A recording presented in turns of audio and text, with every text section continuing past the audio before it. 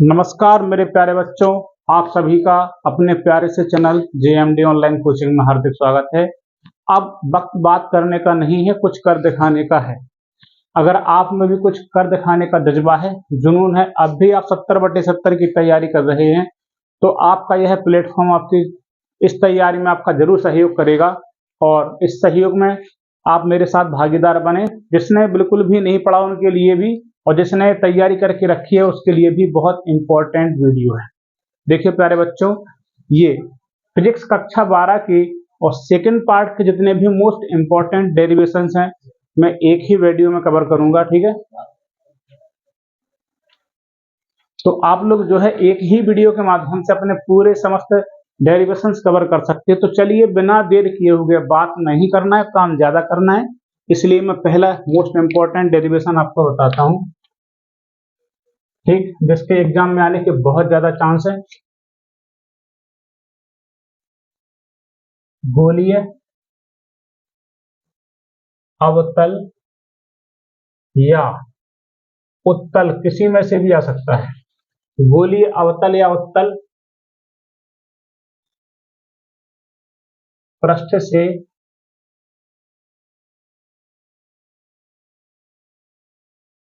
प्रकाश के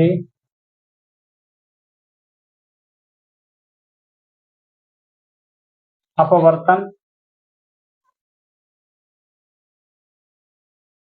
के लिए व्यंजक। ठीक है प्यारे बच्चों, ठीक है। तो गोलीय अवतल या उत्तल पृष्ठ से प्रकाश के अपवर्तन के लिए व्यंजक है। तो बहुत ही इंपॉर्टेंट डेरिवेशन है, very very most important derivation. आइए इसी के साथ शुरुआत करते हैं, ठीक है। तो सबसे पहले अपन क्या करेंगे, गोलीय अवतल या उत्तल पृष्ठ बनाएंगे, ठीक है। तो सबसे पहले अपन क्या करेंगे, प्यारा सा एक पृष्ठ बनाएंगे, ठीक है। इसके साथ ये इसकी जो है आपकी, इसका नाम रख लेते हैं S, यहाँ पे P पॉइंट, यहाँ पे S dash. SP S dash जो है आपका एक गोलीय अवतल पृष्ठ है, और इसकी मुख्य अक्ष पे हम मान लेते हैं बिंदु O है, ठीक है। और इससे एक प्रकाश की किरण चलती है, इसके बिंदु A पे टकराती है। जाना चाहिए था ऐसा, लेकिन ये ऐसी नहीं जाएगी, थोड़ा सा अपने मार्क से विचलित हो जाती है ऐसे, और ए बी मार्क पे निकल जाती है, ठीक है। ए बी को हम कर लेंगे पीछे, ठीक है। इसको dot dot dot dot dot बनाना है, यहाँ पे इसका इमेज आई बनेगा, ठीक है। साथ ही क्या करेंगे, हम इस वाले पृष्ठ पे लंब डाल देंगे ऐसे, ये हमने इस पे लंब डाल दिया,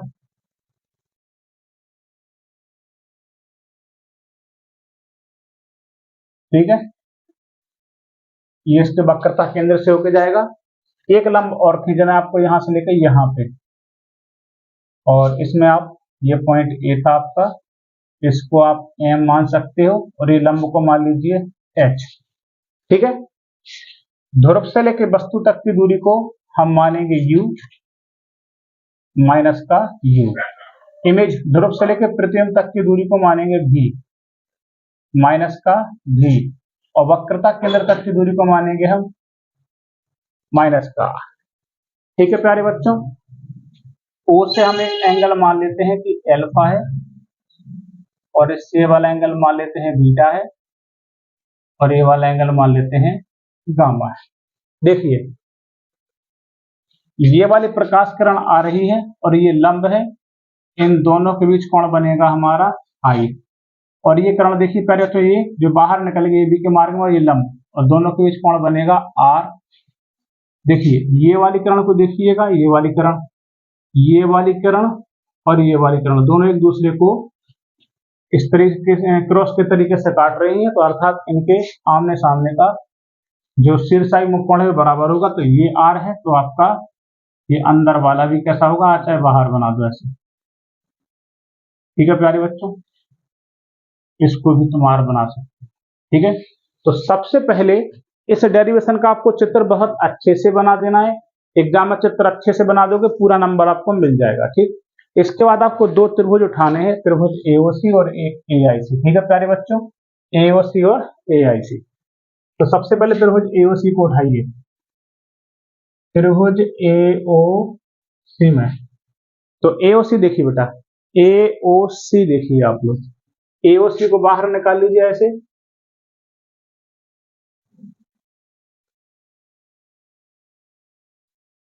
एओसी देखिए, ओ से लगा हुआ है एल्फा और सी से लगा हुआ है गामा, और एओ और एसी को, एओ और एसी को कौन कर रहा है टच बेटा, आई। तो इसमें आप चित्र में आप देख सकते हो कि गामा जो है त्रिभुज के बाहर यानी कि बहिष्कोण है। तो हम लिख देंगे गामा बहिष्कोण है। तो हम सभी जानते हैं कि गामा बराबर अंदर के दोनों के एक फल के बराबर, यानी कि एल्फा प्लस का आई। इस एल्फा को इस तरफ ले आइए तो गामा माइनस एल्फा बराबर में आ जाएगा आई। ठीक है, अभी हमने त्रिभुज एओसी उठाया, अब उठाते हैं एआईसी। एआईसी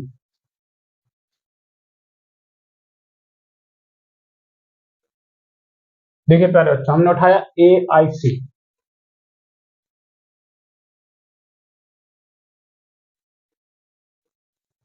देखिए आई के बगल से बीटा लगा होगा तो बीटा, सी के बगल से गामा लगा होगा तो गामा, और ए आई और ए सी, ए आई और ए सी को टच कर रहा है प्यारे बच्चों आर।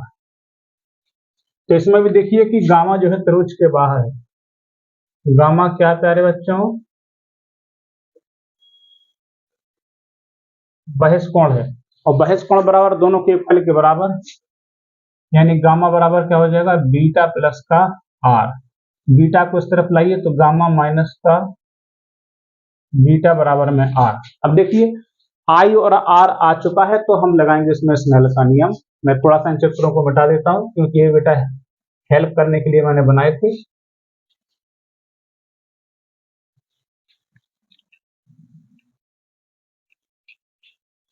तो देखिए यहाँ पे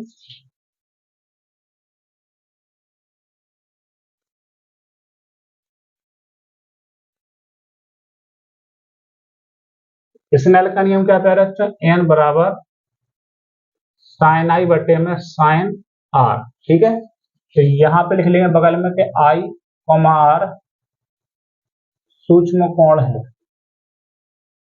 सूक्ष्म कोण तो इनके साइन हट जाते हैं। एन बराबर आएगा आई बटे में आर, कैंची गुणा कर देना तो आई बराबर एन इंटू आर। इसके बाद देखिए आई का मान रखिए उठा के, gamma minus alpha equal to n, R की जगह पे गामा माइनस बीटा। अब देखिए एल्फा बीटा गामा के मान फंस गए हमारे पास, तो चलिए बगल में एल्फा बीटा गामा भी निकाल लेते। तो देखिए यहाँ लिख लेना, क्योंकि एल्फा निकालोगे आप टेन एल्फा से। ठीक है, एल्फा बराबर में टेन एल्फा, और टेन एल्फा देखो ये है लंब बटे आधार, तो लंब ये हो जाएगा और यहाँ से यहाँ तक का आधार यहीं से माना जाएगा, तो यहाँ से लेके एल्फा तक का आधार माइनस का ये। तो लंब सभी के लिए एल्फा बीटा गामा के लिए लंब एच मानेंगे और आधार माइनस का यू। ठीक है, इसी प्रकार देखिए बीटा निकाल लीजिए। बीटा यानी कि टेन बीटा के द्वारा निकालेंगे। टेन बीटा बराबर लंब बटे आधार, लंब मानेंगे एच, बीटा तक का आधार मानेंगे माइनस का बी, और गामा बराबर टेन गामा एच बटे में माइनस का, और लिख देना यहाँ पे कि alpha comma beta comma gamma कोण सूक्ष्म है। ठीक है प्यारे बच्चों, तो एल्फा बीटा गामा कोण सूक्ष्म है, तो हम इनकी एल्फा बीटा गामा हटा के मानते, तो मैं डायरेक्ट एल्फा बीटा गामा के मान सीधे यहाँ पे रखूँ, जो गामा की जगह पे एच माइनस का रखिए यहाँ पे। मैं यहाँ पे लिख देता हूँ। ठीक है, देखिए गामा की जगह पे एच बटे माइनस आर। ठीक है, फिर माइनस एल्फा की जगह पे एच बटे माइनस यू, तो माइनस माइनस प्लस का एच बटे में यू बराबर एन का एन, गामा की जगह पे फिर से एच बटे माइनस आर, माइनस बीटा की जगह पे देख लीजिए एच बटे माइनस बी, तो प्लस का एच बटे बी, इसमें से एच ले लीजिए कॉमन, माइनस एक बटे आर प्लस एक बटे यू बराबर एन, इसमें से भी एच ले लीजिए बाहर, एच तो माइनस 1/r, यहाँ पे 1/v एस से एस कट जाएगा, माइनस का 1/r प्लस 1/u, n का अंदर गुणा कर दिए तो माइनस के n/r प्लस n/v।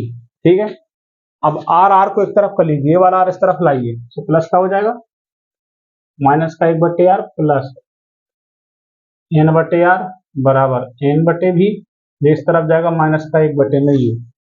इसको पहले इसको आगे लिख लीजिएगा n/r, फिर इसको माइनस के 1/r बराबर n/v माइनस 1/u। ठीक है प्यारे बच्चों, इसमें से लासा कितना आ जाएगा r, तो ये हो जाएगा n-1 n/v माइनस का 1/u। और ये आपका डेरिवेशन हो गया।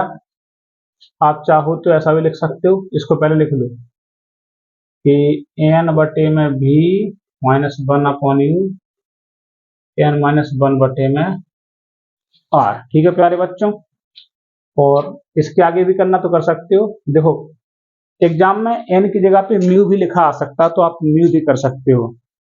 और यहाँ पे आप n बराबर n2/n1 रखेंगे तो n की जगह पे n2/v, 1 की जगह n1/u, n की जगह पे n2, 1 की जगह n1/r आ जाएगा। ठीक है, तो जल्दी से फटाफट से इसका स्क्रीनशॉट लीजिए, आगे बढ़ते हैं। ऐसी सेम उत्तर है तो उत्तर इसका कर लीजिएगा आप लोग। ठीक है,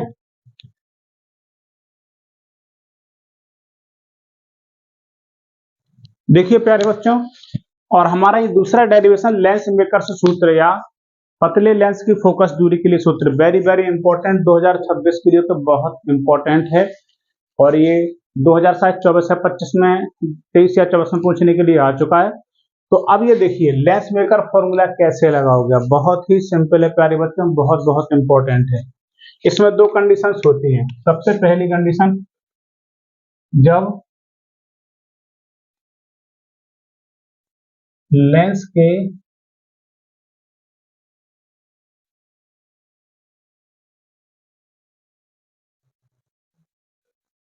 दोनों ओर का माध्यम समान हो। ठीक है, जब लेंस के दोनों ओर का माध्यम कैसा हो, समान हो। ठीक है, तो सबसे पहले इसी को पढ़ते हैं बेटा। दो कंडीशन में आता है, वो लिख के देगा आपको एग्जाम में कि लेंस के दोनों ओर का माध्यम समान हो तो लेंस मेकर सूत्र ज्ञात कीजिए। ठीक है, तो वेरी इंपॉर्टेंट क्वेश्चन। चलिए सबसे पहले एक पतला लेंस बना लेते हैं। चित्र आपको एग्जाम में एकदम से डिठो छाप देना है। चित्र अगर आपका सही बन गया तो समझो आपको नंबर पूरे में से पूरे मिलेंगे।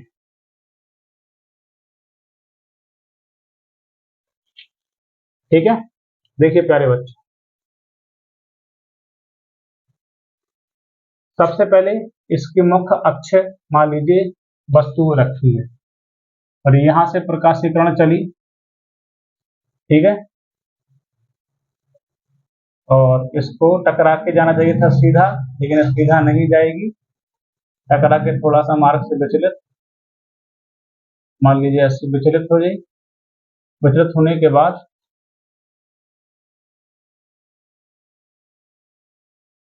टकराने के पश्चात यहाँ पे टकराएगी। ठीक है, और यहां से इसको ऐसे आना चाहिए था। चित्र मैंने कैसे बना दिया है,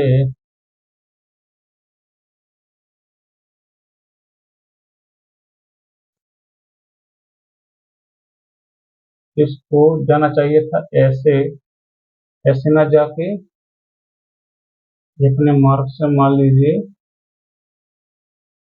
ऐसे चली गई, टकरा के यहाँ पे आ गई। ठीक है, और एक प्रतिबिंब इसका बनेगा यहाँ से इसका प्रतिबिंब, यहाँ से इसका प्रतिबिंब कैसे बनेगा, एक मिनट रुकिए। ओके ठीक है प्यारे बच्चों, तो इसका चित्र थोड़ा सा डिस्टर्ब हो रहा था। तो देखिए यहां से टकराने के बाद जाना चाहिए था इसको सीधा, लेकिन ये सीधा नहीं जाएगा, अपने मार्ग से विचलित हो जाएगा, फिर इसको ऐसा जाना चाहिए था। लेकिन फिर यहाँ पे टकराने के बाद ये प्रकाश ऐसे नहीं जाएगा और अपने मार्ग से विचलित होकर यहाँ पे, ये मान लीजिए इसका प्रतिबिंब आई है और इसका प्रतिबिंब आई डैश। ठीक है, देखिए वस्तु तक की दूरी को हम मान लेंगे u, और ये I बन रहा है दूसरे पृष्ठ का प्रतिबिंब, यहां से टकरा के बना तो इसको मानेंगे v, और जो I डैश बन रहा है वो पहले पृष्ठ से टकरा कर, मतलब यहां से इसको मान लेंगे हम v डैश। ठीक है प्यारे बच्चों, देखो लेंस के इस तरफ हम मान लेते हैं वायु है, इसका वर्तनांक n1 है, और लेंस का वर्तनांक मान लेते हैं n2। लेंस के उस तरफ भी वायु है, क्योंकि लेंस के दोनों ओर का माध्यम कैसा है, समान है, तो जो यहाँ माध्यम है वो वही माध्यम है, तो यहाँ n1 तो यहाँ n1। ठीक है, तो हम देखते हैं कि प्रकाश किरण पहले पृष्ठ पे टकराती है, फिर दूसरे पृष्ठ पे, तो दो जगह अपवर्तन होता है, तो दो जगह हम अपवर्तन का सूत्र लगाएंगे। ठीक है, तो चलिए देखिए, तो हम लिखेंगे पहले पृष्ठ के लिए अपवर्तन के सूत्र से, बताइए अपवर्तन का सूत्र क्या प्यारे बच्चों, n2 बटे v n1 बटे u n2 माइनस n1 बटे में r। ठीक है, तो देखिए अब ये वाला पहला पृष्ठ है, इस तरफ का अपवर्तनांक n1, इसका n2, तो हम क्या रखें, लिख लेना यहाँ पे कि n1 बराबर में n1 और n2 बराबर में n2। इसके पश्चात देखिए जो v माने प्रतिबिंब तक की दूरी है, पहले पृष्ठ का प्रतिबिंब i डैश है, ना कि ये I है, पहले पृष्ठ का प्रतिबिंब I डैश, तो वहां तक की दूरी क्या है, v बराबर में v डैश, और जो r रखेंगे वो r1, क्योंकि पहले पृष्ठ को देख रहे हो। तो चलिए रखते हैं इसमें n2 की जगह पे रखेंगे n2, v की जगह पे v डैश, n1 की जगह n1, u की जगह पे u, n2 की जगह पे n2 माइनस n1, r की जगह पे r1, समीकरण 1। ठीक है, चलिए आइए दूसरे पृष्ठ के लिए।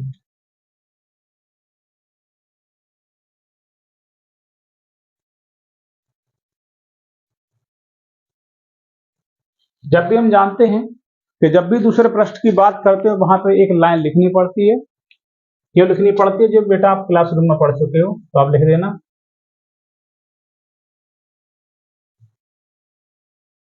पहले पृष्ठ से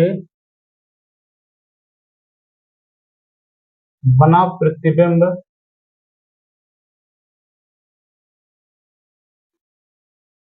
दूसरे पृष्ठ के लिए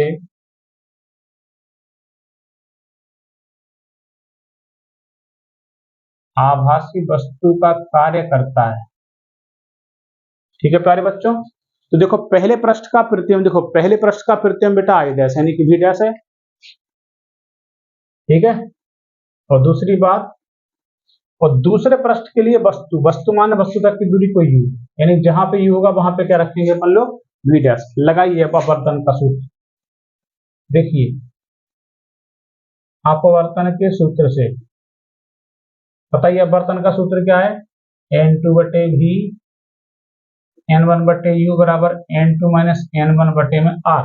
ठीक है, अब इस वाले पृष्ठ की बात कर रहे हैं, इस तरफ के अपवर्तनांक को n1 बोलेंगे, इस तरफ वाले को n2, अर्थात क्या होगा, n1 बराबर होगा n2 पे, n2 बराबर n1 पे। ठीक, और u बराबर v डैश रखेंगे, और r की जगह क्या रखेंगे प्यारे बच्चों, r2, क्योंकि हम दूसरे पृष्ठ की बात कर रहे हैं। चलिए रखिए इसमें बेटा, n2 की जगह पे क्या रखेंगे आप, n1, तो चलिए मैं कहाँ लिख दूं, यहाँ लिख देता हूँ। चलिए देखिए क्या एक लाइन और आ रही, मैं फ्रेम में देख लूं पहले, इसमें एक लाइन आने की गुंजाइश तो अभी नहीं है, चलिए मैं यहाँ रख देता हूँ। ठीक है, तो देखिए n2 की जगह पे, चलो इसको मिटा देता हूँ, n2 की जगह पे n1 बटे में v माइनस n1 की जगह पे n2, और u की जगह पे रखना है v डैश बराबर n2 की जगह पे n1 माइनस n1 की जगह पे n2 बटे में r2, समीकरण 2। आइए समीकरण 1 2 को जोड़ देते हैं। 1 प्लस 2 से। तो देखिए इसकी LHS में इसकी LHS को जोड़ेंगे। देखिए N2 बटे V डैश माइनस N1 बटे U प्लस इसको जोड़िए N1 बटे V माइनस N2 बटे में V डैश बराबर इसका देखिए RHS N2 माइनस N1 बटे R1 प्लस इसको देखिए N1 माइनस N2 बटे में R2। N2 बटे V डैश से माइनस करके कट जाएगा, तो पहले प्लस वाले को लिख लो N1 बटे V N1 बटे U। एक काम करिएगा N2 माइनस N1 बटे में R1, इसमें से माइनस कॉमन ले लीजिएगा तो ये पहले N2 आ जाएगा बाद में N1। ठीक है, इसमें से N1 कॉमन लीजिए, यहाँ बचेगा 1 बटे V माइनस 1 बटे U। इन दोनों में से कॉमन लीजिए N2 माइनस N1, यहाँ आएगा 1 बटे R1 माइनस 1 बटे R2। ठीक है, जल्दी से बेटा इसका स्क्रीनशॉट लीजिए। चलिए मैं यहाँ पे भी लिख सकता हूँ, जी N1 भेजिएगा इस तरफ आएगा तो इसकी बटे में भी आएगा और इसकी बटे में भी आएगा। तो देखिए 1 बटे V माइनस 1 बटे U बराबर, यहाँ देखिए N2 के बटे N1 माइनस N1 के बटे में N1, 1 बटे R1 माइनस 1 बटे R2। N2 से N2 बट गया 1 बटे में N, और हम सभी जानते हैं कि N2 बटे N1 बराबर होता है N के। और देखिए यदि प्रकाश किरणें अनंत से आ रही हैं, फिर से अनंत से आपतित हों, अगर अनंत से आ रही हो प्यारे बच्चों तो होता क्या है, U बराबर इन्फिनिटी, V बराबर में F हो जाता है। इसमें रख दीजिएगा, इसमें रखिए तो क्या बनेगा 1 अपॉन इसकी जगह पे F माइनस 1 बटे में U की जगह पे इन्फिनिटी बराबर N2 बटे N1 की जगह पे N माइनस 1, और ये जहाँ कितना 1 बटे R1 माइनस 1 बटे में R2। 1 बटे इन्फिनिटी को हटाएंगे तो बचेगा 1 बटे में F बराबर N माइनस 1 1 बटे R1 माइनस 1 बटे में R2। ठीक है प्यारे बच्चों, तो ये हमारा सूत्र हो गया, यही हमारा लेंस मेकर फॉर्मूला है। ठीक है, फटाफट से इसका स्क्रीनशॉट ले लीजिए, वेरी इंपॉर्टेंट है। देखिए प्यारे बच्चों, जब लेंस के दोनों ओर का माध्यम कैसा हो, भिन्न भिन्न हो, तब क्या करेंगे। पहली कंडीशन तो अपन ने देखी थी कि लेंस के दोनों ओर का माध्यम कैसा हो, समान हो। लेकिन अगर माध्यम भिन्न भिन्न हो तो क्या करेंगे, तो सबसे पहले चित्र बनाएंगे। देखिए यहां से प्रकाशीकरण चली और यहां से टकराने के बाद ऐसे नहीं जाएगी, टकराने के बाद मान लीजिए ऐसे निकलेगी, लेकिन यहां से टकराने के बाद ये ऐसे नहीं जाएगी,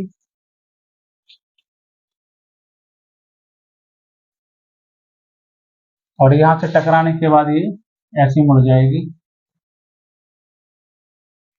ठीक है प्यारे बच्चों, तो पहले पृष्ठ से वस्तु की दूरी को मानेंगे U, और पहले पृष्ठ से जो प्रतिबिंब बन रहा है I डैश, वहां तक की दूरी होगी V डैश, और दूसरे पृष्ठ से दूरी V होगी। इसके बाद लेंस के इस तरफ का माध्यम N1, लेंस का माध्यम N2, अपवर्तनांक, और उस तरफ का अपवर्तनांक क्या मान लेते हैं बेटा जी, N3 मान लेते हैं। ठीक है, तो जैसा बोर्ड डेरिवेशन किया सेम ऐसे अपन लोग ये करेंगे, पहले करेंगे पहले पृष्ठ के लिए, तो लिख लेना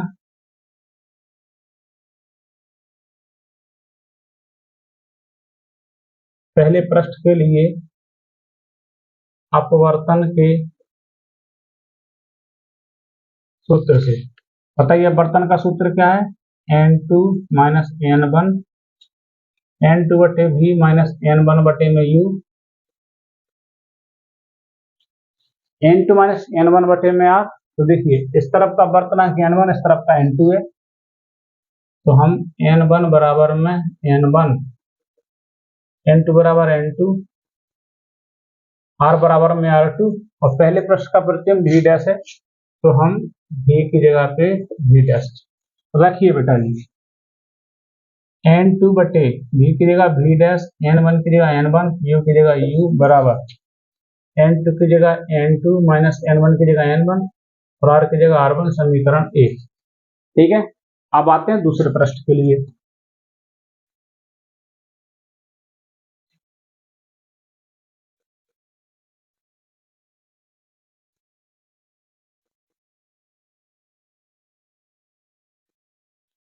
देखिए दूसरे पृष्ठ के लिए अपवर्तन के सूत्र से तो हम जानते हैं कि दूसरे पृष्ठ के लिए जैसे हम लाइन लिखते हैं तो वहीं लिखेंगे कि पहले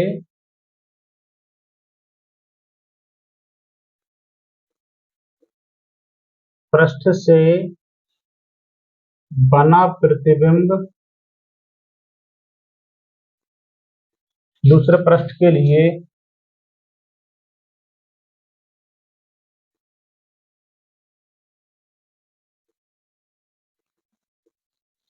आभासी वस्तु का कार्य करता है। अर्थात कि देखो वस्तु के लिए अपन रखेंगे u और पहले पृष्ठ का प्रतिबिंब क्या है बेटा जी v डैश, तो u बराबर क्या रखेंगे v डैश। अब फिर से लगाइए आप,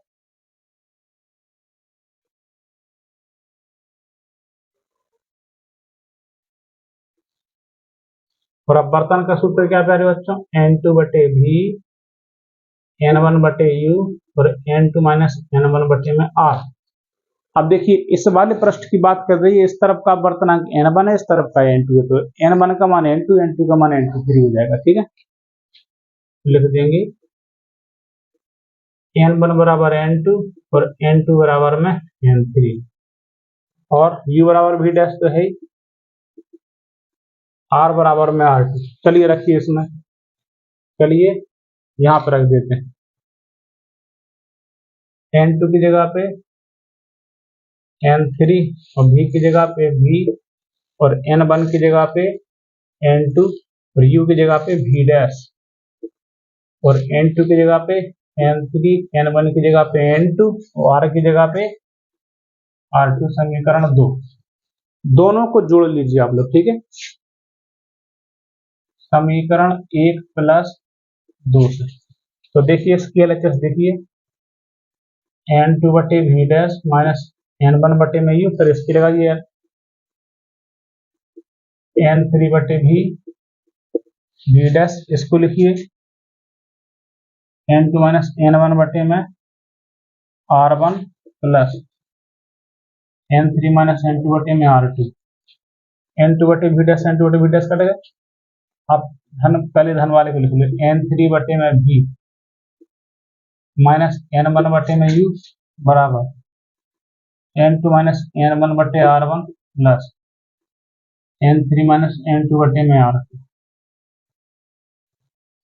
ठीक है प्यारे बच्चों, तो ये अपना ये भी हो गया। अगर एग्जाम में आपसे पूछ लेता है कि लेंस के दोनों का माध्यम भिन्न भिन्न, तो आप इस तरीके से वेरी सिंपल तरीके से आप लेंस मेकर सूत्र निकाल सकते हो।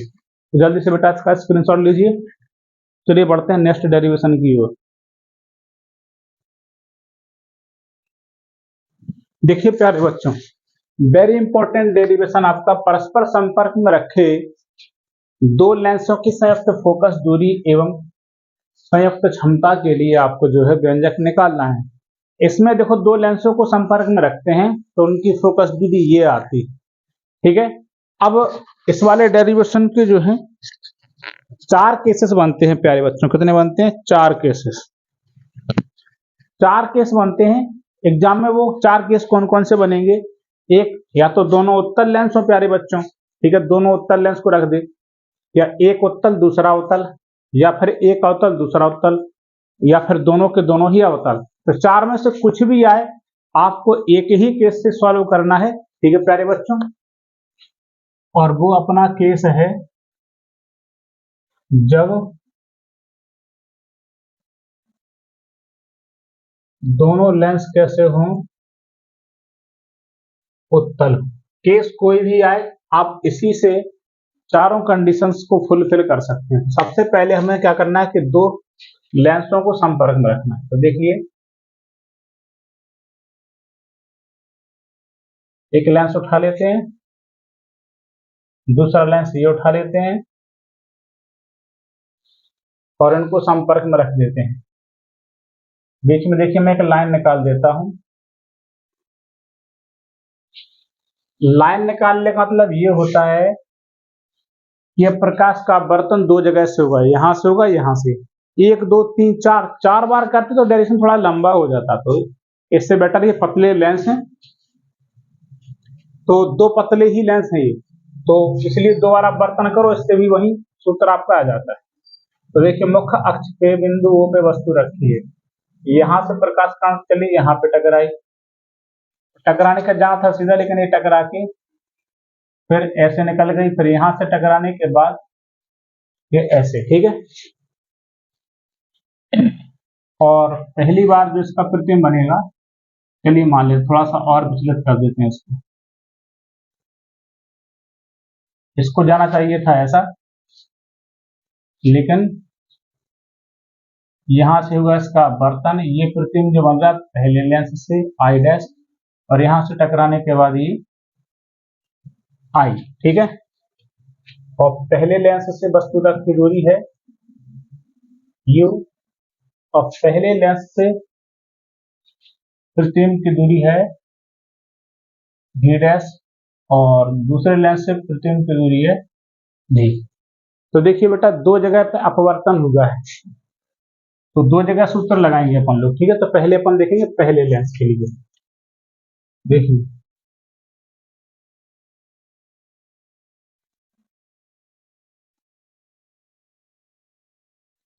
पहले लेंस के लिए देखिए फोकस दूरी सूत्र क्या होता है, 1/f बराबर 1/v माइनस 1/u। तो देखिए क्योंकि पहला लेंस है तो f की जगह पे हम रखेंगे f1 और v की जगह पे रखेंगे v डैश, क्योंकि पहले लेंस का प्रतिबिंब v डैश है। रखिए प्यारे बच्चों, 1 में f1, v की जगह v डैश, u की जगह u, समीकरण 1, ठीक है। अब आते हैं दूसरे लेंस के लिए।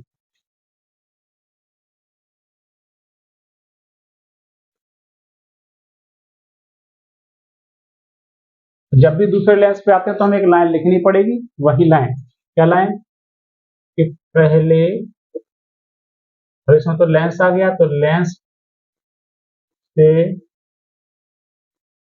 बना प्रतिबिंब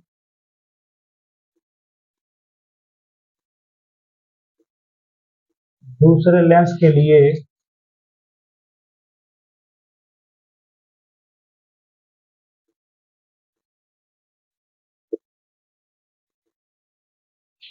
तो पहले लेंस से बना प्रतिबिंब दूसरे लेंस के लिए आभासी वस्तु का कार्य करता है। तो मतलब होगा क्या, वही u बराबर क्या रखेंगे आप, v डैश रखेंगे, ठीक है। तो लगाइए फोकस दूरी का सूत्र, फोकस दूरी 1/f बराबर 1/v माइनस 1/u। तो दूसरे लेंस की बात है तो f की जगह रखेंगे आप f2, बाकी ठीक है, आपको पता है कि u की जगह v डैश रखिए, तो 1 में f की जगह पे f2, v की जगह v माइनस 1/u की जगह पे v डैश, समीकरण 2। दोनों को जोड़ लीजिए, समीकरण 1 व 2 से जोड़िए, 1/f1 प्लस 1/f2, दोनों का हमने LHS जोड़ दिया, RHS जोड़िए, 1/v dash minus 1/u plus 1/v minus 1/v dash से 1/v कट गया, तो 1/f1 प्लस 1/f2, पहले लिखिए 1/v माइनस 1/u, ठीक है। और ये हम सभी जानते हैं किसके बराबर होता है, 1/f के बराबर, ठीक है। अब ये कैसे आएगा, इन दोनों का ले लीजिए लासा, मैं यहां लिख देता हूं, दोनों का लासा आएगा f1 f2 से, f1 से f1 कट जाएगा तो ऊपर हो जाएगा f2, f2 से f2 से f1, 1/f पलट दीजिए, तो 1/f हो जाएगा f, ये हो जाएगा f1 f2 upon f1 plus का, ठीक है। संयुक्त क्षमता कैसे निकालोगे, तो देखिए 1/f, देखिए 1/f होता है P के बराबर, 1/f1 हो जाएगा P1, 1/f2 हो जाएगा P2। ये तो ये संयुक्त क्षमता आ गई, संयुक्त क्षमता आ गई। ठीक है प्यारे बच्चों, तो इस डेरिवेशन का आप स्क्रीनशॉट ले लीजिए।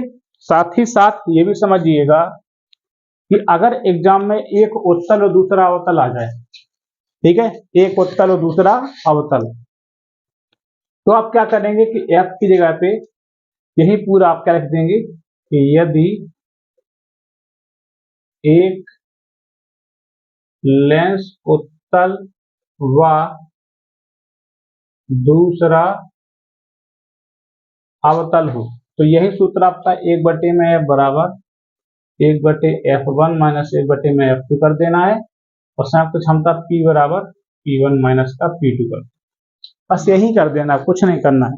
पूरा डेरिवेशन ऐसे ही करना है, बाकी बाद में चेंज कर देना अगर एक उत्तल और दूसरा अवतल आ जाए। ठीक है, तो फटाफट से इसका स्क्रीनशॉट लीजिए।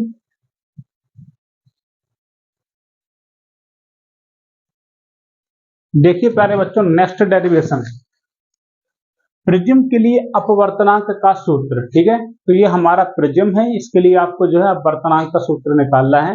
तो बहुत ही सिंपल डेरिवेशन है। तो सबसे पहले क्या करेंगे, अपन लोग प्रिज्म बनाएंगे, प्रिज्म ABC बना लेते हैं। ठीक है, और देखिए इसके पृष्ठ AB पर एक प्रकाश किरण मान लीजिए PQ डाली जाती है यहाँ पे, और PQ को जो है ऐसे जाना था, तो ये ऐसे नहीं जाएगी।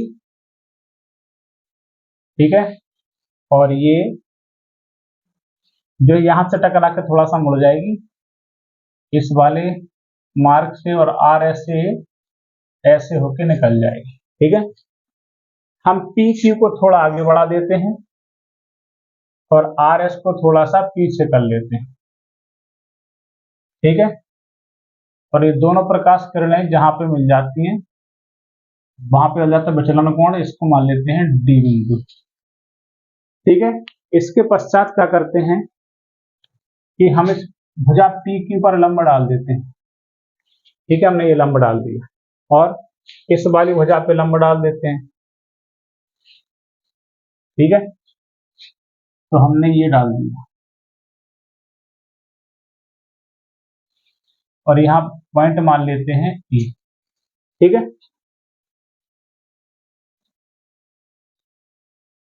देखिए ये प्रकाश किरण आ रही है, लंब है, तो दोनों के बीच कोण बनेगा कोण I। ठीक है, और ये प्रकाश किरण निकल चुकी है, लंब है, तो ये वाला कोण बनेगा हमारे पास R। अगर प्रकाश किरण यहां से आ रही है तो ये लंब के बीच में बनता आपका I डैश, और ये बनता प्यारे बच्चों R डैश। ठीक है, तो देखिए ये I है तो पूरा I बनता, ये R घट गया, तो ये अंदर का कोण बनेगा हमारे पास I माइनस R, और सेम यहाँ पे बनेगा आपका I dash minus R dash, I dash minus R dash. ठीक है, तो आइए शुरुआत करते हैं। सबसे पहले हम एक त्रिभुज उठाते हैं DQR में। ठीक है, देखिए त्रिभुज DQR में आप चित्र में देख सकते हो, देखिए DQR में ये वाला एंगल दिख रहा है ना, डेल्टा जो बाहर की ओर जा रहा है, जो बाहर की ओर जाता है उसे अपन क्या बोलते हैं, बहिष्ठ कोण। तो डेल्टा क्या है प्यारे बच्चों,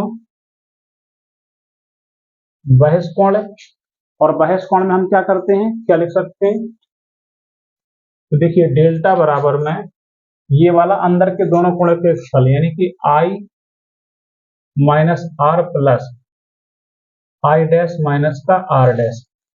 एक काम कर लेते हैं कि I को साथ में लिख लेते हैं, यानी कि I प्लस I डैश, दोनों में से माइनस कॉमन ले लेंगे तो ये बचेगा R प्लस R डैश, समीकरण में 1।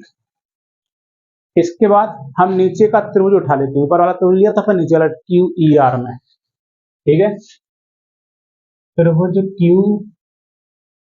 QER में हम सभी जानते हैं कि तीनों कोणों का एक फल 180 अंश होता है। तो QER में देखिए एक R है, एक R डैश, एक E, तीनों का सम कर लेते हैं, R plus R dash plus E बराबर में 180, समीकरण 2।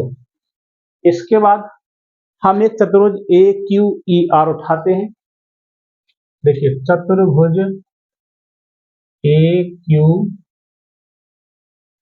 ई आर में, और हम सभी जानते हैं कि चतुर्भुज के चारों कोणों का फल 360 अंश होता है। तो ये हमारे पास चार कोण है, A plus Q plus E plus R बराबर में 360। ये प्रॉपर्टी चतुर्भुज की होती है। तो देखिए ए का ए, तो क्यू है, देखो प्यारे बच्चों ये वाला क्यू, ये यहां से लेकर यहां तक, क्योंकि अपन ए क्यू ई वाला एंगल एज्यूम कर रहे थे, ये वाला पूरा 90 डिग्री, क्योंकि लंब डाला था इस तरफ का 90, तो ये भी 90, तो कुल मिला के क्यू 90 प्लस ई, और ऐसे आपका ये आर यहां से लेकर यहां तक का एंगल, वो भी कितने डिग्री का होगा, 90 का, 360। तो 90 90 180 इस तरफ आएगा, तो 180 नेगेटिव का हो जाएगा। तो a प्लस ई बराबर में 180, समीकरण 3। तो हमारे पास समीकरण 3 बन गए। समीकरण 2 व 3 को ध्यान से देखो, दोनों में 180 बराबर है, तो ये भी आपस में बराबर हो जाएंगे। समीकरण 2 व 3 से 180 बराबर कैंसिल, हम लिख सकते हैं कि r plus R dash plus E बराबर ए प्लस ई, क्योंकि यू से यू कट गया तो यू बराबर में यू, इसे ही cancel, R plus R dash बराबर है समीकरण 4। ठीक है, क्योंकि हम जो डेरिवेशन निकाल रहे हैं वो अल्पतम विचलन की स्थिति में निकाल रहे हैं, तो अपन यहां लिख देंगे अल्पतम विचलन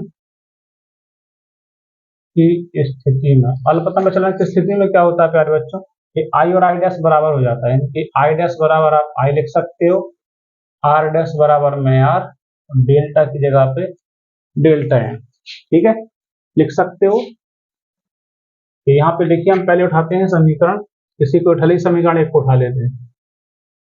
समीकरण 1 से लिखो, एक समीकरण क्या है, डेल्टा बराबर I plus I dash minus R plus R dash. तो देखिए डेल्टा की जगह क्या रखेंगे हम, delta M, I plus I dash की जगह पे आई रखेंगे, minus R plus R dash, R plus R dash बराबर में ए।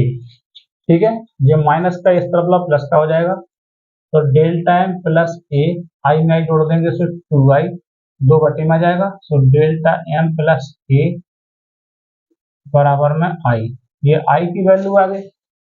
अब देखिए समीकरण 1 के बाद समीकरण 4 को उठाते हैं,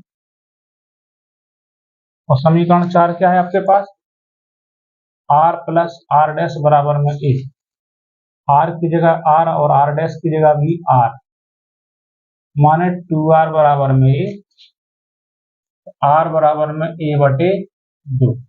देखिए आई और आर के मान आ गए, अब लगा दीजिए स्नेल के नियम से, इसी के नीचे लिखेंगे अपन लोग,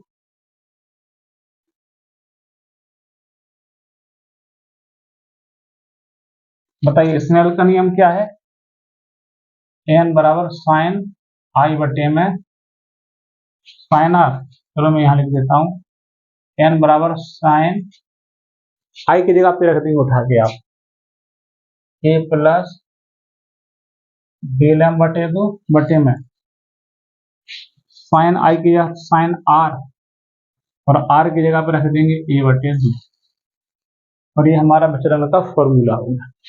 ठीक है, फटाफट से इसका आप स्क्रीनशॉट ले सकते हो, वेरी इंपॉर्टेंट डेरिवेशन है आपका ये। देखिए प्यारे बच्चों, हाइगेंस के सिद्धांत से या द्वितीयक तरंगिकाओं के सिद्धांत से प्रकाश के परावर्तन की व्याख्या वेरी वेरी इंपॉर्टेंट है, और आप जब पेपर खोलेंगे तो आपको ये 3 नंबर का क्वेश्चन आपको देखने को जरूर मिलेगा। मेरा अनुमान है कि ये बिल्कुल पक्की बात है, एग्जाम में आने के बिल्कुल लायक है। तो सबसे पहले परावर्तन की व्याख्या करने के लिए हम क्या बनाएंगे, एक सरफेस बना लेते हैं, ठीक, वो भी कैसा, परावर्तक। ठीक है प्यारे बच्चों, और इसका नाम रख लेते हैं एस एस डैश। ठीक है प्यारे बच्चों, जो भी आपको नाम रखना है, जेड जेड डैश भी रख सकते हो। तो इस पे देखिए ये प्रकाश किरणें आ रही हैं, थोड़ा तिरछा डालिएगा, एक ये प्रकाश किरण है और एक ये प्रकाश किरण है। ठीक है। और तरंगाग्र जो होता है वो प्रकाश के चलने की दिशा के लंबवत होता है। ये लंबवत यहां समझिए और आप यहां भी समझ सकते हैं, कोई दिक्कत नहीं है। ठीक है, तो हम देख सकते हैं प्यारे बच्चों, ये यहाँ पे टकराए प्रकाश और टकराने के बाद यहाँ पे पॉइंट मान लेते हैं ये बी और ये इसको मान लेते हैं ए, और ए से ये वाला पॉइंट मान लेते हैं ए डैश, और टकराने का जितने कोण से आएगा उतने कोण से बाहर निकल जाएगा, जितने कोण से आएगा उतने कोण से बाहर निकल जाएगा। ठीक है प्यारे बच्चों, तो जैसे ये तरंगाग्र है तल, तो ऐसे आपका ये तरंगाग्र बन जाएगा। ठीक है, वैसे थोड़ा सा मुझे चित्र को थोड़ा सा ऐसे जितने एंगल से आया उतने से निकल गया, जितने से आया उतने से ये निकल गया। ठीक है प्यारे बच्चों, तो ये हमारा तरंगाग्र है जो इसके चलने के कैसे है, लंबवत।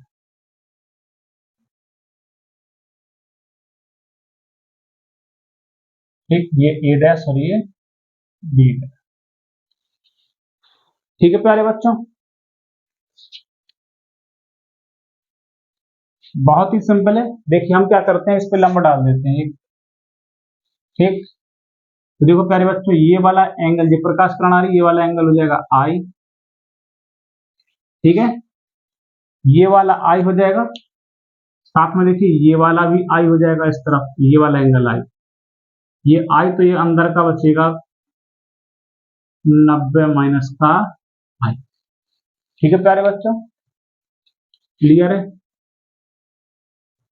इसके बाद देखिए ये प्रकाश किरण आई ऐसे निकल गए, तो ये वाला पहले एक लंब डाल दीजिए, जैसे मैंने यहां पे डाला आप यहां डाल दीजिए लंब।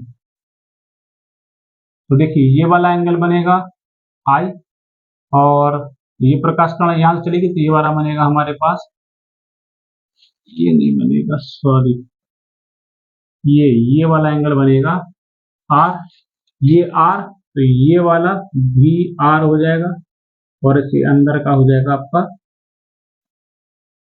90 माइनस का आर।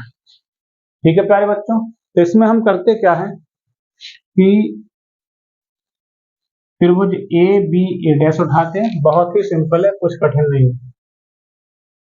त्रिभुज ए बी ए डैश तथा ए बी ए डैश और त्रिभुज A B dash A dash तथा त्रिभुज ए बी डैश और ए डैश में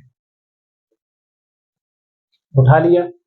तो देखिए ये वाला एंगल इस वाले एंगल के बराबर है, एंगल बी, एंगल बी जो है वो एंगल बी डैश पे है, क्योंकि दोनों 90 अंश हैं। इसके बाद देखो इस वाले त्रिभुज का ए डैश मतलब आधार, देखो इस वाले त्रिभुज का, ये वाले त्रिभुज का आधार ए डैश और इस वाले त्रिभुज का आधार ए डैश, दोनों बराबर है, ए डैश बराबर में ए डैश, क्योंकि उभयनिष्ठ भुजा है। जैसे प्यारे बच्चों उभयनिष्ठ भुजा है। इसके साथ देखिए बेटा प्यारे बच्चों, आपका बी से लेके ए डैश तक की दूरी और ए से लेके बी डैश तक की दूरी बराबर आएगी, वो भी कितने, बी इंटू टी। अब ये कैसे सिद्ध करेंगे, आप बड़े आराम से लिख सकते हो कि देखिए कि तरंगाग्र को बिंदु बी से ए डैश तक पहुंचने में, ठीक है, आप लिख सकते हो कि तरंगाग्र को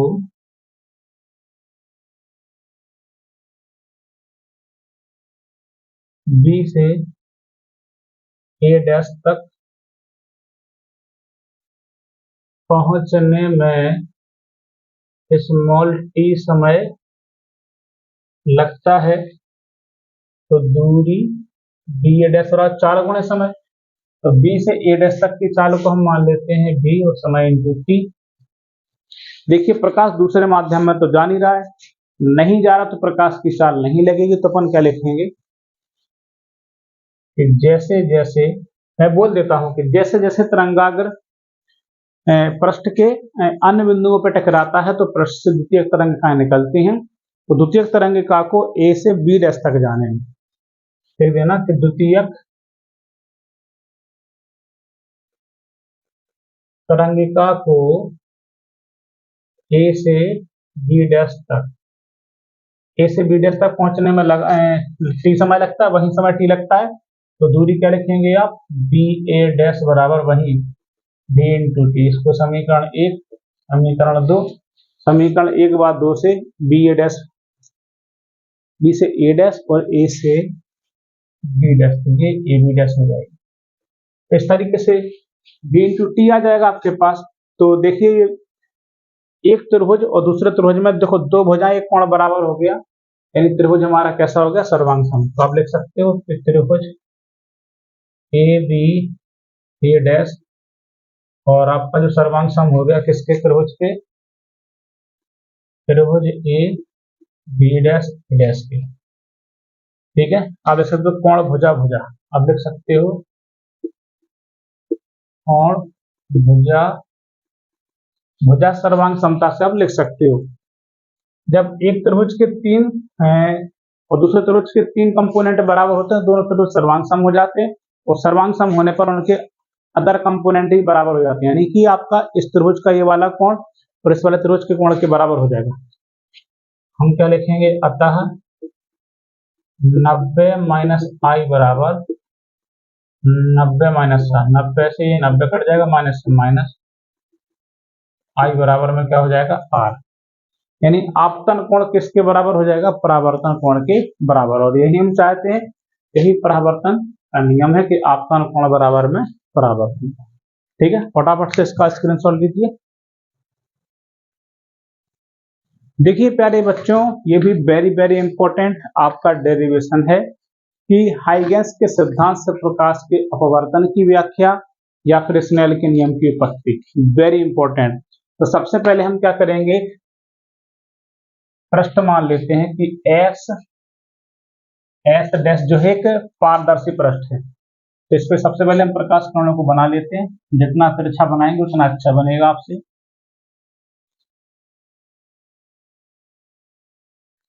ठीक है,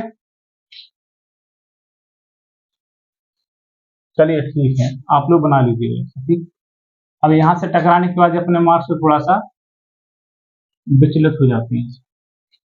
ठीक, और ये तरंगाग्र है, इस पे ये लंबवत, ये बी वाला पॉइंट है, ये वाला पॉइंट।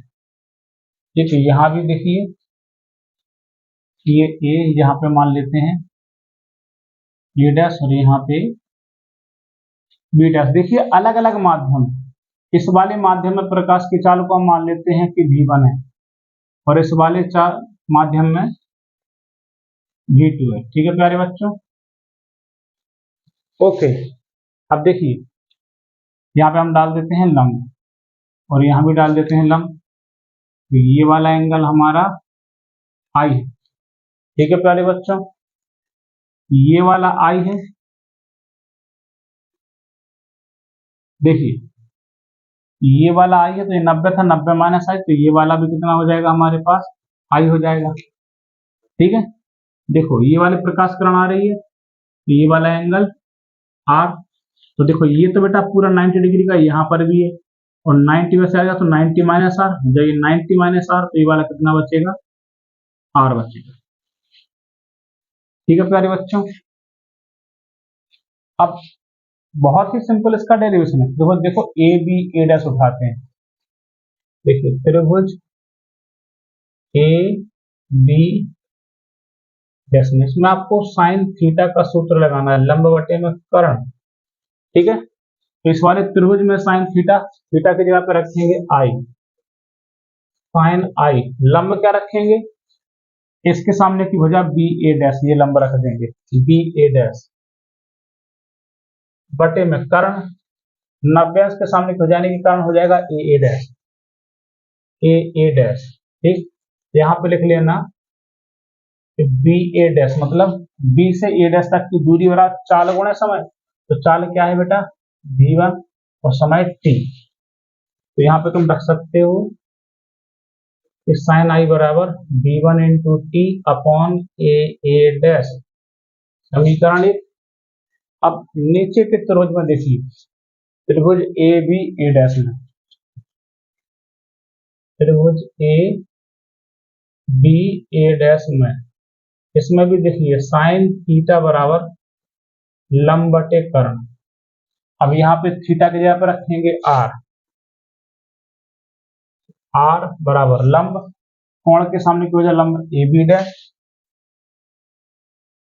ए बी डैश, और कर्ण क्या होगा, ये 90 अंश के सामने की वजह कर्ण यानी कि ए डैश। यहां लिख लेंगे हम कि A B dash, A B dash माने दूरी वाला चाल गुणा समय, तो चाल क्या है v2, समय है t, रख दीजिए उठा के। ए बी डैश की जगह पे v2 into T upon A dash, समीकरण दो, दोनों का डिवाइड कर लीजिए। यहां से देखिए समीकरण 1/2 से, तो क्या हो जाएगा, साइन आई बटे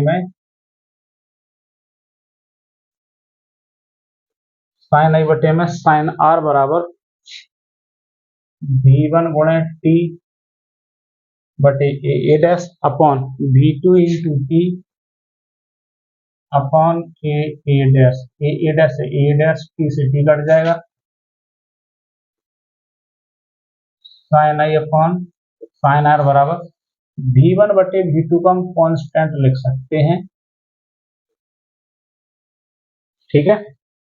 तो क्यों लिख सकते हैं, क्योंकि हम जानते हैं सभी प्यारे बच्चों कि n बराबर c बटे में v, c माने प्रकाश की चाल यानी इसको v1 मान सकते हो, दूसरी को v2 मान सकते हो, और n माने कि अपवर्तन यानी कांस्टेंट है, और यही किसका नियम है, यही स्नेल का नियम है, या फिर प्रकाश के अपवर्तन की व्याख्या है। फटाफट से इसका स्क्रीनशॉट ले लीजिए, वेरी इंपॉर्टेंट डेरिवेशन। देखिए प्यारे बच्चों, आइंस्टीन का प्रकाश वैद्युत ऊर्जा संबंधी समीकरण, ये भी बहुत इंपॉर्टेंट डेरिवेशन है बेटा। मैं आपके लिए top selected derivation second part की खत्म करा के ही जाऊंगा, ठीक है, और आप बढ़िया धैर्य से बने रहें, मैं आपके साथ हूं और आपके लिए पेपर तक आपका साथ दूंगा। तो सबसे पहले हम क्या करेंगे, एक धातु की प्लेट बना लेते हैं, ठीक है।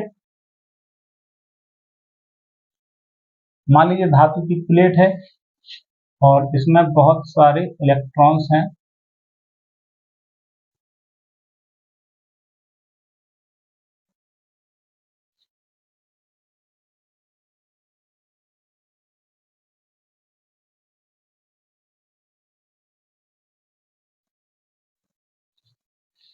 और ये हमारा सूर्य का प्रकाश आ रहा है और इस धातु के प्लेट पे गिरा, मतलब एक फोटोन आ रहा है। ये क्या प्यारे बच्चों, ये फोटोन है,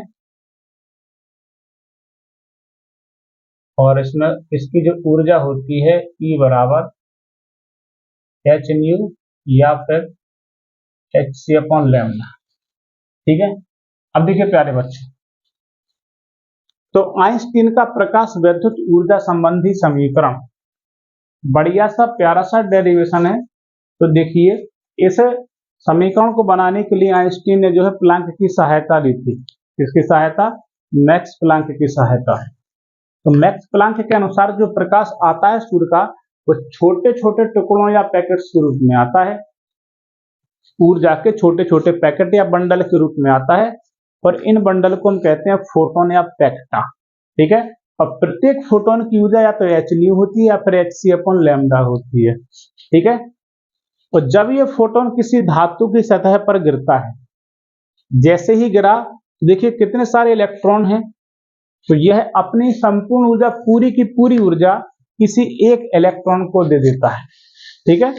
धातु में उपस्थित किसी एक इलेक्ट्रॉन को ऊर्जा दे दिया तो होता क्या है, तो सबसे पहले इलेक्ट्रॉन क्या करता है, अपनी ऊर्जा को बढ़ाता है, यानी गतिज ऊर्जा को बढ़ाता है। गतिज ऊर्जा बढ़ाने के बाद शेष ऊर्जा लेकर पृष्ठ से बाहर निकल जाता है प्यारे बच्चों, ये ठीक है। तो दो कार्यों में, एक गतिज ऊर्जा बढ़ाने में और दूसरा धातु के पृष्ठ से बाहर निकलने में और जो ऊर्जा होती है उसको हम बोलते हैं कार्यफलन। तो कार्यफलन में, ठीक है, तो ई के प्लस का वाई, ठीक। तो इसी चीज का हम फायदा उठाएंगे, तो हम लिखेंगे फोटोन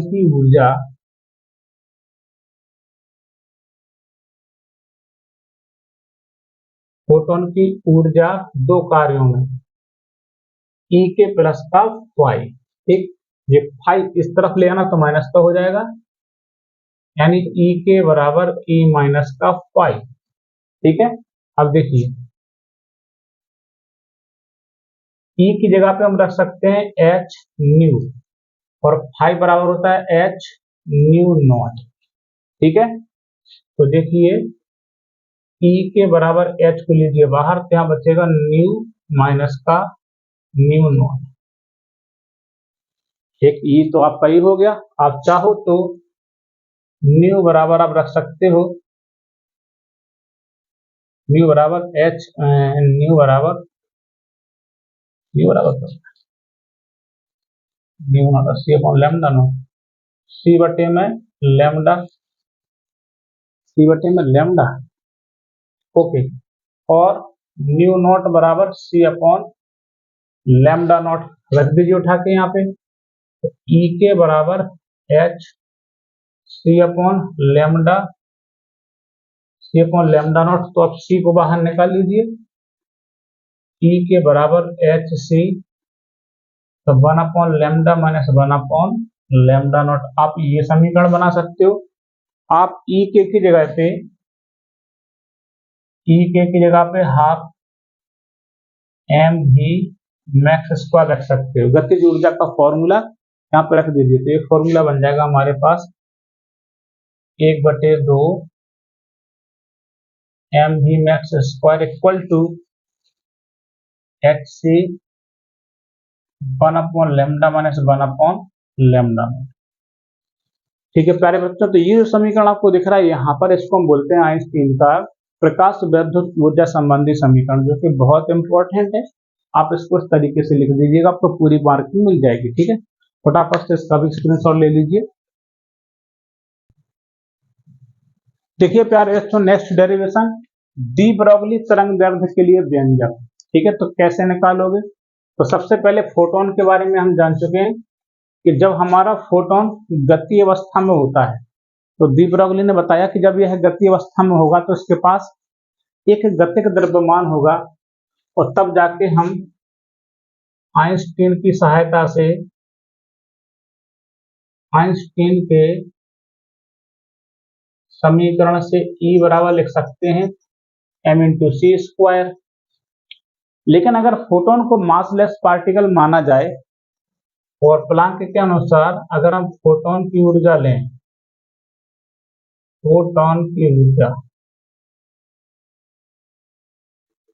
E बराबर एच न्यू, या फिर डायरेक्ट आप एच सी अपॉन लैम्डा लिख सकते हो, समीकरण 2। समीकरण 1 व 2 से दोनों का E बराबर है, तो हम लिख सकते हैं m इंटू सी स्क्वायर बराबर H C upon lambda, lambda को इस तरफ लाइए, एच सी upon M into C square, से काट दीजिए, तो लैम्डा बराबर हो जाएगा H upon M into C. तो ये फोटोन के लिए आ गई। किसी द्रव्य कण के लिए, किसी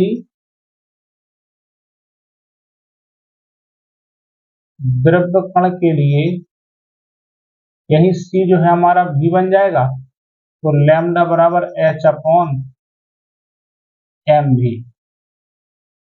और एम भी को हम लिख सकते हैं पी बराबर में एम भी, और लैम्डा बराबर एच अपॉन पी लिख सकते हैं, ठीक है। यही हम अगर गतिज ऊर्जा के पदों में निकालें,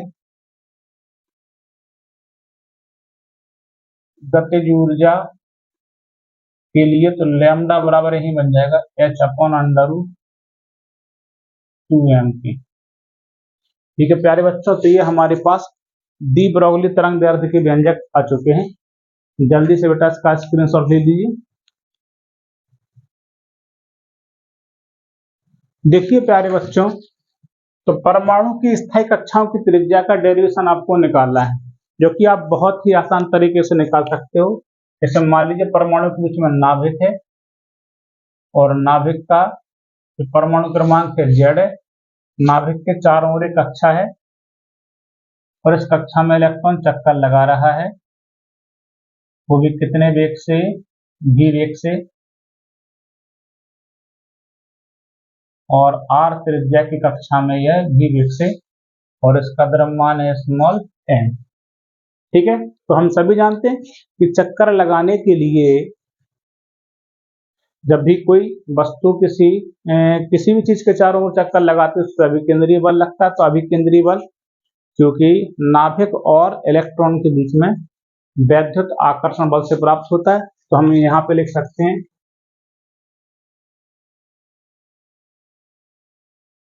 आवश्यक अभिकेंद्रीय बल बराबर वैद्युत आकर्षण बल, और अभिकेंद्रीय बल का फॉर्मूला होता है mv²/r, और वैद्युत बल का फॉर्मूला होता है 1/4πε0 q1 q2 अपॉन r²। एक r से r काट सकते हो और यहाँ लिख सकते हो mv²/r 1/4πε0 q1 मतलब परमाणु का आवेश यानी कि Z मतलब नाभिक का आवेश, और इलेक्ट्रॉन का आवेश E अपॉन r, इसको मान लेंगे समीकरण में 1। और चूंकि हम जानते हैं बोहर के सिद्धांत से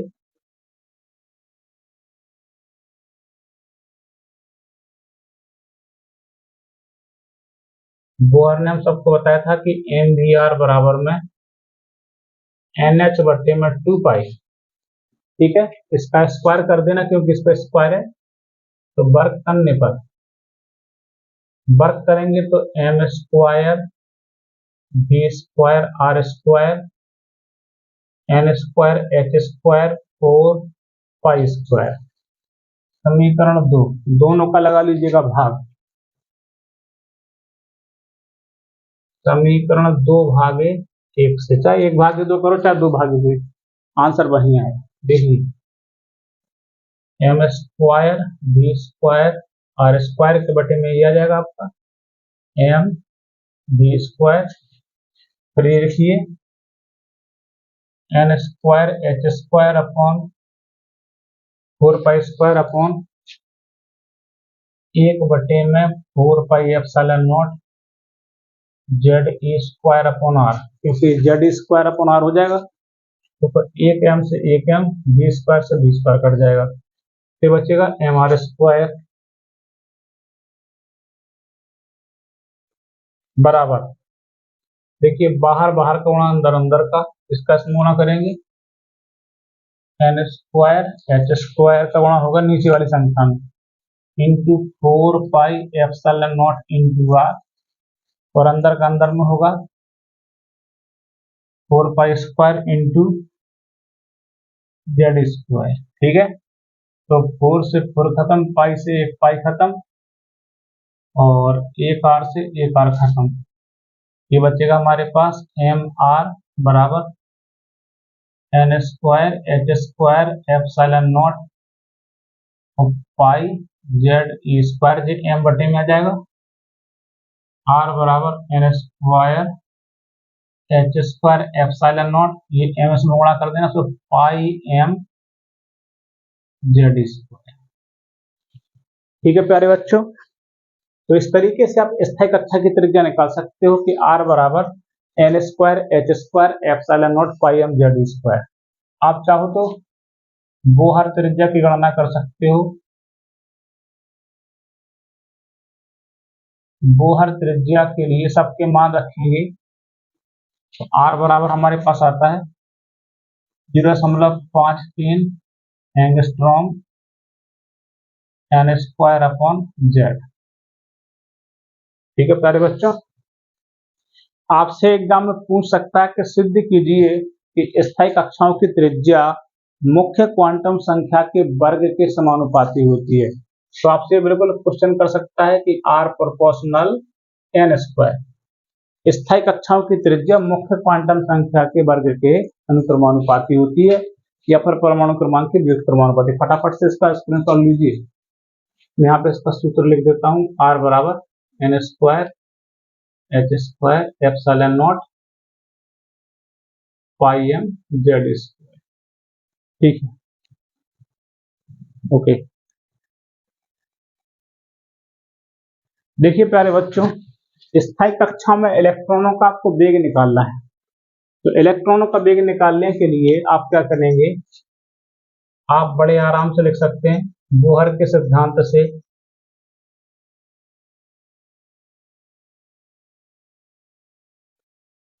और एम वी आर बराबर एन एच बटे में 2 पाई।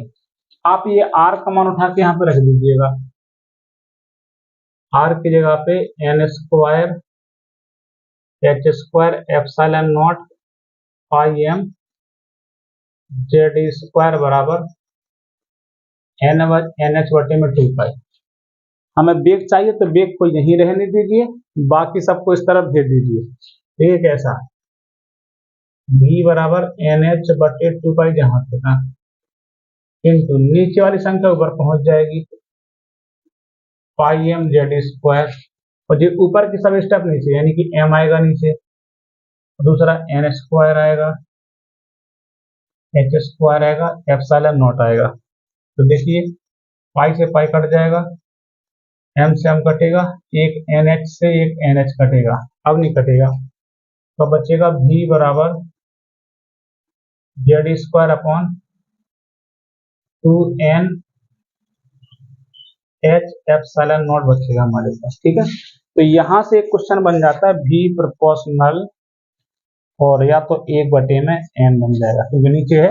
तो आपसे एग्जाम में पूछ सकता है कि सिद्ध कीजिए कि स्थायी कक्षाओं में इलेक्ट्रॉनों का वेग जो है वो किसके मुख्य क्वांटम संख्या के कैसे होता है, द्वितीय परमाणुपाती। आप आवर्तकाल भी निकाल सकते हो। देखिए 10वें नंबर पे आप इसका निकाल सकते हो आवर्तकाल। आवर्तकाल कैसे निकालोगे, आवर्तकाल का सूत्र होता है 2 पाई आर बटे में v। 2 पाई आर बटे में v, तो r का भी मान रखिए, v का भी मान रखिए।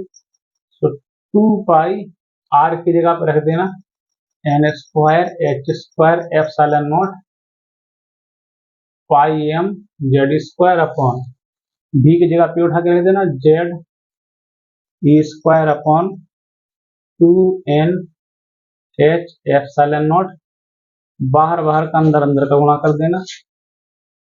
तो देखो t बराबर में 2 pi N square H square epsilon naught into ये ऊपर पहुंच जाएंगे 2n एच एप्सिलॉन नॉट बटे में अंदर अंदर का pi M Z square into Z square. देखिए पाई से पाई कटेगा, और कुछ कट रहा है क्या, मेरे ख्याल से कुछ नहीं कट रहा। तो ये बचेगा t बराबर, देखिए 2 दूनी 4, 2 दूनी 4, n पे घाते हैं 3, h पे घाते हैं 3, और एप्सिलॉन नॉट का स्क्वायर बटे में नीचे आएगा m जेड स्क्वायर और e पे घाते हैं 4। आप आवृत्ति भी निकाल सकते हो। 11 नंबर पे आवृत्ति, आवृत्ति जो होती है बेटा प्यारे बच्चों, आवृत्ति अब बराबर होती है 1/t। टी की जगह पर उल्टा रख देना, मानिए 1/, ये ऊपर पहुंच जाएगा m जेड स्क्वायर ई 4/4 n cube H cube epsilon naught square. ठीक है प्यारे बच्चों, तो इस तरीके से आप आवर्तकाल आवृत्ति निकाल सकते हो। ठीक है, फटाफट से इसका स्क्रीनशॉट लीजिए। देखिए प्यारे बच्चों, स्थायी कक्षाओं में इलेक्ट्रॉनों की कुल ऊर्जा, ये बच्चों को बहुत ही परेशान करता है डेरिवेशन, लेकिन है इतना कुछ भी कठिन नहीं। तो जब भी कोई इलेक्ट्रॉन जो है किसी नाभिक के चारों स्थायी कक्षा में चक्कर लगाता है, तो उसमें दोनों प्रकार की ऊर्जाएं होती हैं, स्थितिज ऊर्जा भी और गतिज ऊर्जा भी। तो पहले हम स्थितिज ऊर्जा निकाल लेंगे, फिर गतिज ऊर्जा, दोनों का योग कर देंगे तो कुल ऊर्जा आ जाएगी। ठीक है, तो सबसे पहले निकालते हैं स्थितिज ऊर्जा। देखिए इलेक्ट्रॉन की स्थितिज ऊर्जा।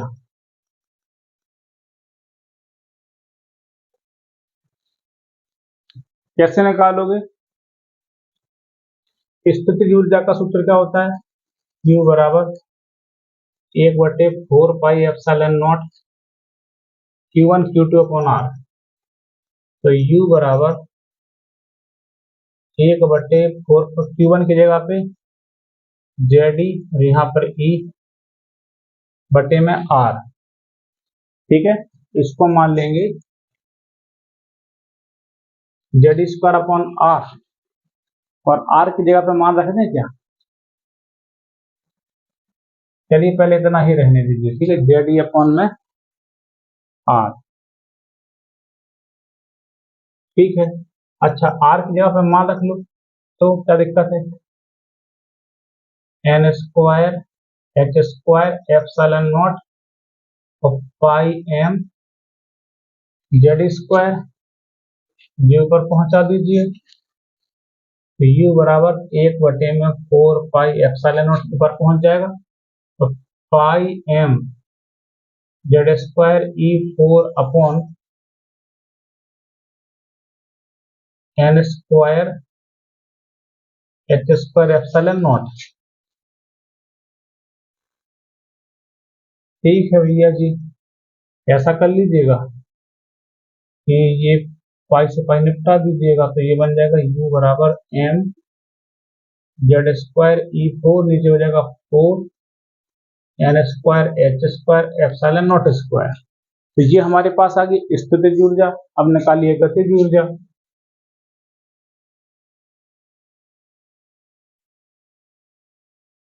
गतिज ऊर्जा बेटा K बराबर होता है हाफ m v²। और इससे पहले अपन लोगों ने देखा था कि mv² अपॉन r बराबर था 1/4 pi epsilon not Q1 Q2 upon R। एक R से एक R कट जाता था, तो हम रख सकते थे mv² बराबर 1/4 पाई एप्सिलॉन नॉट Q1 की जगह पे ZE इंटू E बटे में R ये रख सकते थे। तो K बराबर में 1/2 और यहाँ पे 1/4 pi epsilon not ZE² upon R। ठीक है, अच्छा एक काम करिएगा, अभी थोड़ा सा R का मान ना रखिएगा, चलो हम बाद में रख लेते हैं। ZE² अपॉन R मतलब और ZE², E का मान नेगेटिव होगा तो ये वाली ऊर्जा आएगी नेगेटिव। ठीक है प्यारे बच्चों, क्योंकि E का मान -E रखेंगे तो ये हो जाएगा ZE² अपॉन R। ठीक है प्यारे बच्चों, तो ये हो जाएगा हमारे पास 1/8 pi epsilon not ZE² upon R। चलिए कुल ऊर्जा निकाल लेते हैं। देखिए इसके देखो, इसके नीचे ये लिखेंगे, इसके नीचे लिखेंगे इलेक्ट्रॉनों की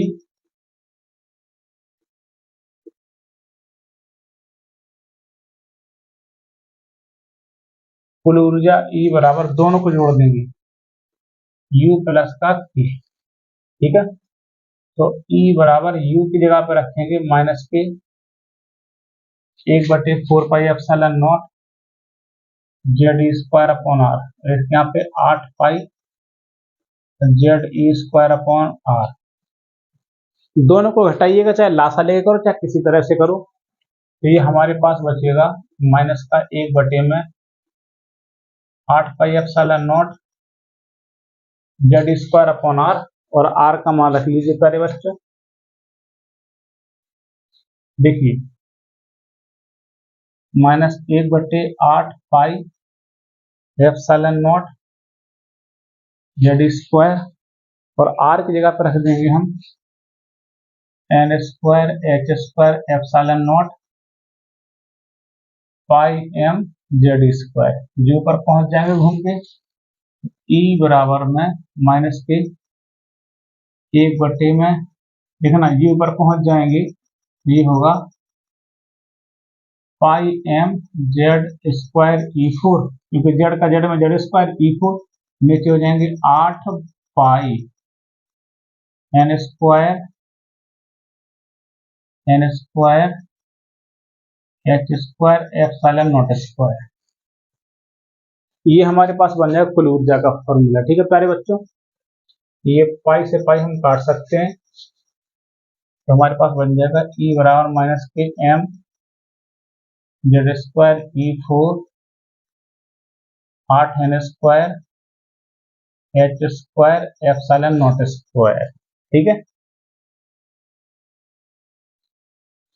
ठीक है प्यारे बच्चों, तो यहाँ से आप अगर आप ऊर्जा का मान निकालेंगे तो E बराबर आएगा माइनस का 13.6 इलेक्ट्रॉन वोल्ट, और ऊपर बचेगा जेड स्क्वायर, नीचे बचेगा एन स्क्वायर, अगर सभी का मान रखेंगे। ठीक, तो कभी आपसे ये भी पूछ सकता है कि सिद्ध कीजिए कि स्थायी कक्षा में मुक्त इलेक्ट्रॉनों की ऊर्जा जो है मुख्य क्वांटम संख्या के वर्ग के व्युत्क्रमानुपाती होती है। तो आपसे ये भी पूछ सकता है कि एन प्रोपोर्शनल 1/2।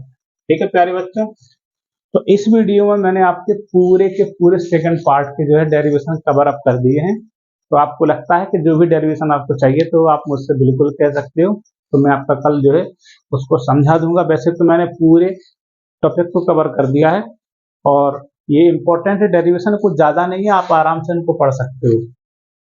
ठीक है, तो इस तरीके से मैं आपकी तैयारी कराने के लिए तत्पर हूँ। प्यारे बच्चों, आप मेहनत से पढ़िए, और कोई भी जहाँ पे लाइव वीडियो चल रही है बिल्कुल लाइव आपको नहीं ज्वाइन करना है, आप सिर्फ ऑफलाइन मोड ही पढ़िए। ठीक है, जल्दी जल्दी स्किप करके इसकी तैयारी कर रहे हो तो आप आराम से उसको 2x या 1.5x में लगा के आराम से देखिए, तैयारी करिए। सबके लिए best of luck. Thank you so much.